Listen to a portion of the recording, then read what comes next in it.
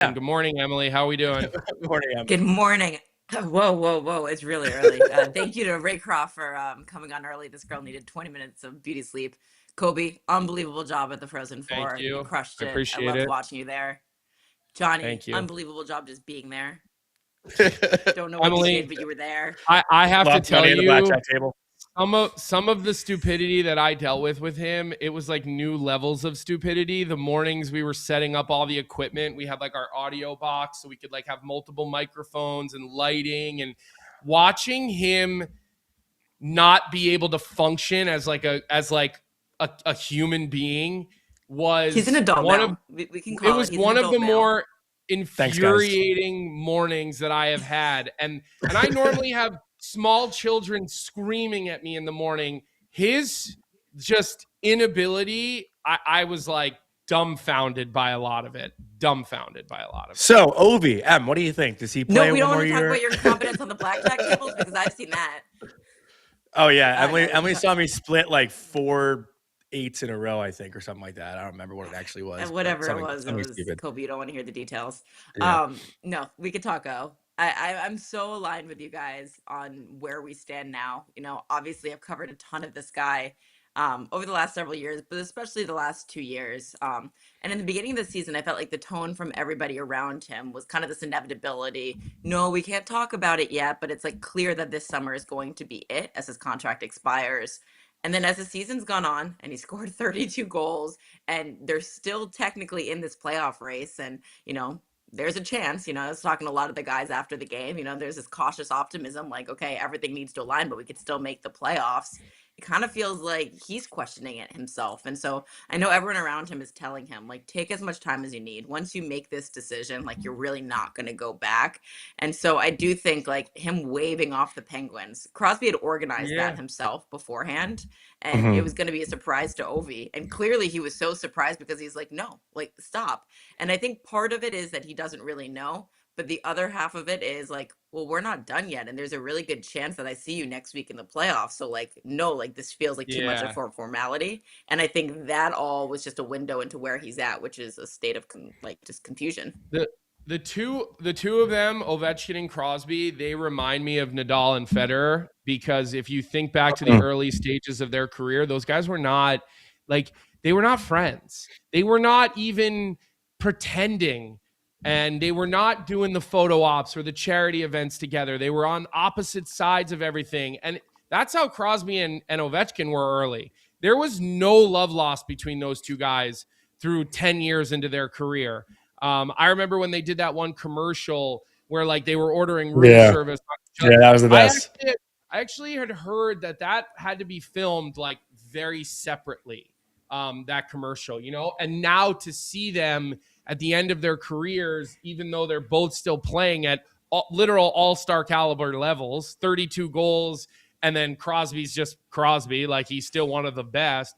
It's cool to see the friendship and sort of the understanding that the two of them, like they are these, we talk all McDavid and all these other, but like those are the two guys that ushered us through the new wave and the new growth of the National Hockey League. I think that's bang on. And you're right. Like, I've talked to both of them about it. They really did hate each other and they came into the league. Like, you saw those quotes from Crosby. Like, he was uncomfortable with how flashy Ovi was with all of his celebrations. And Ovi probably thought that Crosby was too stuck up. And they had the battles. And, like, when I was told about this handshake line, it was Crosby wanted to thank Ovi for all of the battles over the years. And I think that they knew that iron sharpened iron, right? Like, neither could win their own Stanley Cup without having to eliminate the other first.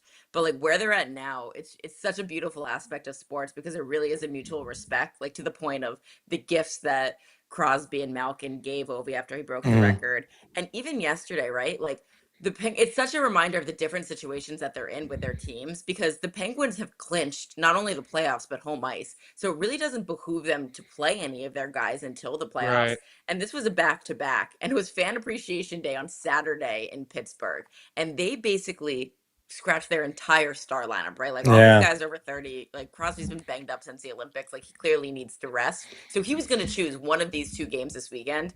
The fact that he thought it was so important, and Malkin too, as well as Letang, Carlson was out there to play in the second game in Washington as like an ode to Ovi. Like I just think that was the ultimate sign of respect. Like we're gonna tell our fans, like, we'll see you in the playoffs. For the end of this regular season, like, this is about Ovi. Like, that was so cool to me. And honestly, like I saw Penguins fans were pretty pissed about that, but when you hear that story about how like they wanted to pay respect to like it's just Sidney Crosby, you can't like question anything that guy does, right? Like he's just It's all the so best. intentional. It's the best human being ever. But we are having like comments in our chat, and I'm kind of just curious what you guys would think of this. I think Zach Anderson started it. Is there a next Crosby versus Ovi? Like a lot of these guys now are friends. I mean, for the most part, like the young kids coming in. Like, do you think we'll see like a Crosby Ovechkin? Well, that one also was Canada, Russia, and like you go back to the old Super Series, and like they're not countrymen. It's hard to like pit Bedard and Celebrini. They're both Canadians. They're both going to play with each other in international competition. Eichel McDavid doesn't have that. It used to a little bit, but the teams sucked for so long. Yeah, like I'm. Yeah, what do you think, Emily? Like, do we have that right now? Probably not, right?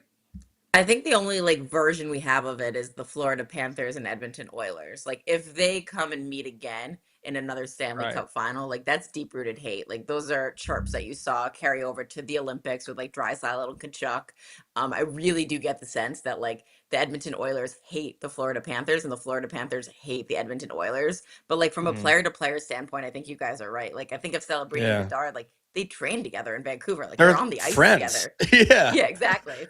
I think it. Why is everybody? I feel like Schaefer and Celebrini had like I remember an Islander Sharks game. They're both where they Canadians. They're both going to play Olympics together. Like it can't be for. It just can't. Like that's not. It can't be real hate when you're like that. It just can't. I think honestly, Tkachuk Hagel, that's real. Like Florida, Tampa. Well, we're talking like young, like first overall. Yeah. What was that? Like I meant like young like first overall picks, like superstar talent. Like I think that's going to be hard to replicate ever again. I think you guys can speak to this better than I could, and Johnny can even speak to this better than we could, which is a scary thing to say. But he called me face. What are you going to ask him about? Like the locations of Chuck E. Cheese's on Long Island?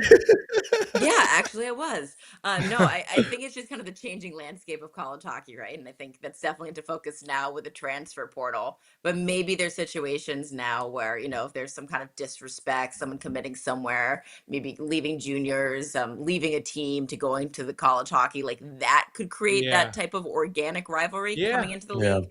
But it would have to be a very specific situation. Yeah, I saw Mike McMahon just tweeted there's 200 players in the portal already after opening last night. So, like, we got a lot of things to sift through here after. Yeah, a lot of things to sift through after. But going around the league a little bit, just, one team that I know a lot about is the Detroit Red Wings. And, obviously there's going to be a lot of questions there with missing the playoffs for 10 years in a row. 10 years in a row. I'm just kind of wondering, like, what do you think happens with, like, what do you see truly happening with Detroit? They haven't made aggressive moves at the deadline. Their roster obviously is good, but it hasn't been good enough. Dylan Larkin is now a kid who grew up seeing so much success in Detroit that has now not seen any. Like, where is this organization headed? I think this is Steve Yzerman's job as long as Steve Yzerman wants it to be, quite frankly. I think that people who might be questioning his job security don't understand how the Ilitch family who owns the Red Wings feel about Steve. He's like such a hyper competitive guy. He wants to win so badly. And like I see him everywhere. He is scouting himself. He is at every game. Like he's putting in the work. My gut, and it's such a boring gut, but like if he remains in the same position next year, and again, that's only if he wants to, it's stay the course. Like he had this vision of not just getting into the playoffs, of building sustainable winner. And I heard you guys with Raycroft, like he goes, yes, they were like over ripening some prospects. And then when they come up, they're like, holy cow, this kid can play. And they've got a bunch of guys knocking on the door. So I think it's just kind of turning that page to the next generation. But are they good enough, though, Emily? And seeing where it goes. Do you feel like those guys, because they are good players, like no doubt, but we keep going back to the stats about like how many teams have won a cup without a top 5 pick on their roster, and they need a center. Like it's no doubt about it. They need better center depth. They need better centers. The centers are hard to find. Like I just look. I think having a guy like Steve Yzerman who's unfireable, I think that's a problem. Like I really do, because again, 8 years he's been the GM without making the playoffs. I think this is 7. I think this is 7. Well, whatever. Same thing. Oh, no. Is it Don't 7? make Johnny Okay. do math. I actually think it's 12. I just want to see his face. So I just like it's Steve Yzerman. He's a legend. I was number 19 at one point in my youth hockey career. Like, it's not personal, but like, who gets that run? Like, who's okay with Hall that? of Famer gets that run. But make him the president. You know, I feel like for everybody, eventually your clock strikes midnight, and I think that's one of the hard parts about hiring a guy like him to be your general manager, because when we talked about it on our show, and all I did was propose the question, do you deserve to keep your job after this many years out? Like, I'm looking at him going, are they really knocking on the door for next season? Like, I don't know. Like, are they? Maybe. Like, I don't think so. And when I asked Johnny that question, the responses were really, really, well, I only really saw the negative ones, but Johnny told me that they were more It was 50. split. It was pretty 50-50, yeah. And a lot of people are like, you could never fire him. He played with bad knees and helped us win cups. And then some people were like, yeah, got to move him out. I don't know what gives here. Like, how many years can the Detroit Red Wings not be in the playoffs? It's bad for hockey. It is bad for hockey. Like, I'll speak for us at ESPN. Like, we obviously over-index on original 6 teams, but like, we want that market. We want to engage with that market. And you see us like schedule all these games in March, and I feel like every year I'm there in March, and I'm like, I'll see you guys in 2 weeks, and I really believe it. And then I never get to go there in April. A couple just like follow-ups on what you said, Kobe. One, I think that we don't talk enough about, like, Yzerman also has a really good team behind him. Sean Horkoff, I hear amazing things about him as an executive. I think Chris Draper is starting to get a little bit of love around the league. Like, he's got a good team behind him. It's not just him. I think he definitely has the final say, and it's his vision, but he's got really smart people there.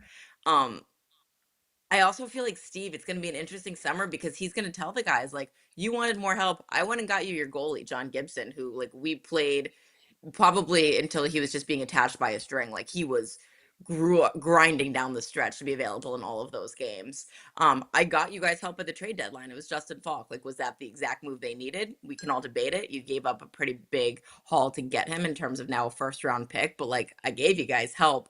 And so I think it will be a really interesting summer, but I just feel like proof of concept, we have to go back to who he is. It's going to be stay the course. Like, there's no free agent they're going to get. Maybe they try to engineer a trade. Again, their biggest need is center. How many centers are really available? It would have to take something big. Yeah. I'd love to see them go out and like get Robert Thomas. I just don't see it in their DNA. You should call the you should call the Toronto Maple Leafs and see if number 34 is available. I'm just saying. I would love to see that. I'd love to see him in America. Check in on that. Could you imagine that? Him in Detroit? Oh man, that would be unreal.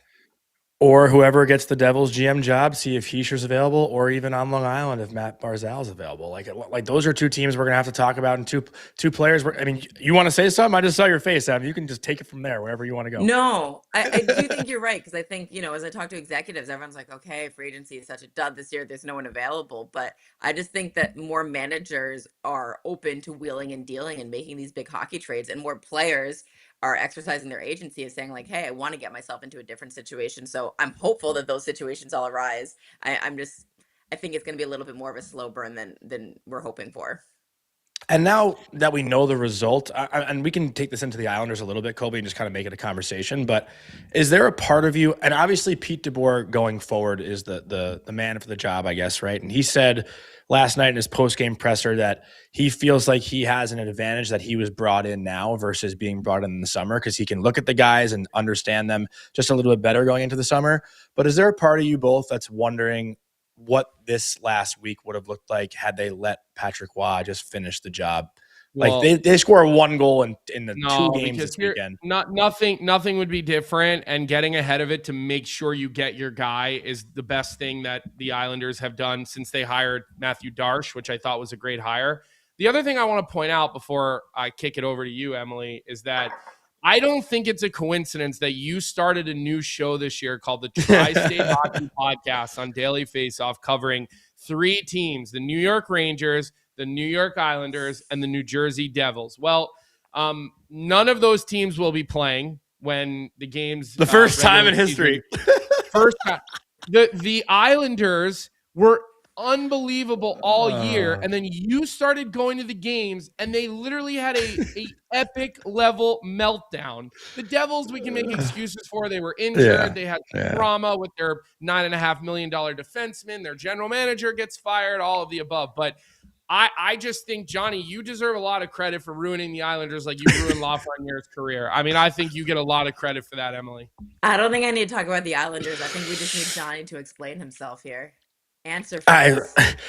Honestly, I actually, if we're being like real about the Islanders, I don't think they played so bad at 5-on-5. Their power play in the last 2 games was horrendous.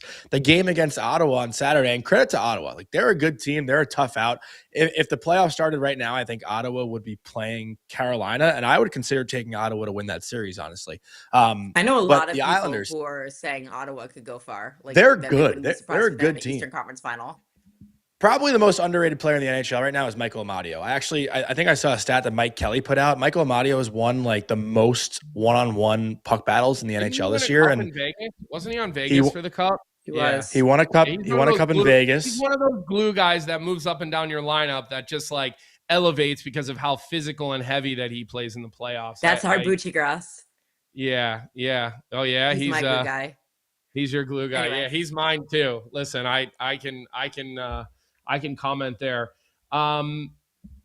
Let me ask you with as we're talking about the Metro and like we're talking about these teams that Johnny has put the Johnny Jinx on. What are you hearing in Jersey? Because it seems like there's a lot of noise. And the one name that I haven't heard yet, that I'm surprised that I haven't heard for both New Jersey and for Toronto's president of hockey operations job, is Eddie Olczyk's name. Last time the Devils made the hire, I'm pretty sure I remember hearing that Eddie was like down to the final wire for that job. You go to Toronto, talk about a guy who understands Toronto. That to me, that would be him. I don't know.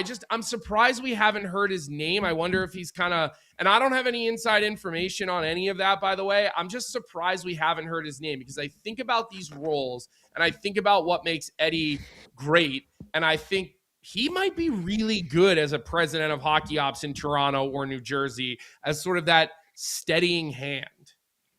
That's an interesting thought. Obviously live in Chicago, have so much respect for Edzo. I haven't heard his name this cycle. I'd be curious just to talk to him. Maybe he's just happy in broadcasting and hasn't put his name out there. I don't know. In New Jersey, the sense I get is they're starting their interviews this week. They're all doing it in-house with Harris Blitz. They've got some interesting people in that committee, right? Like Bob Myers, the former Warriors GM. He's part of that ownership group now. Like I think, is going to be a part of this process. It sounds like Brendan Shanahan. Everyone was trying to make that the narrative. And I definitely think there was some interest there.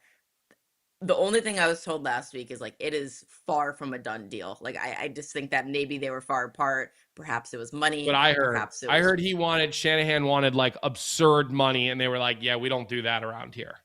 Yeah. So I'm going to be curious. Like, I think this is an ownership group that would be willing to spend, but if it makes sense. And if you're hiring Brendan Shanahan, that means you're also hiring a GM as well. Like, I think they're going external. Like, they didn't give anyone the interim GM title. And then you're making 2 hires, right? Like, you're paying Shanahan a ton of money, then somebody else. So I've heard that they like Sonny Mehta. Obviously, he has history there. John Chayka, I think, has an in with this ownership group. They were interested in him in the past. But if you have either of those guys, like, you'd think, Kobe, to your point, they'd want some kind of president of hockey ops. Like a hockey guy. Like a true hockey guy. That could speak to the Hughes family and kind of manage them and make sure Jack's happy and make sure that he's finding the right path. That could speak to the fans. Just all of those different things that, aren't the day-to-day. So I'm curious to see, because I heard that they're not wed onto structure either of like whether it's 1 position, 2 positions. Fitz obviously held both. It'll be really interesting to see who they come up with.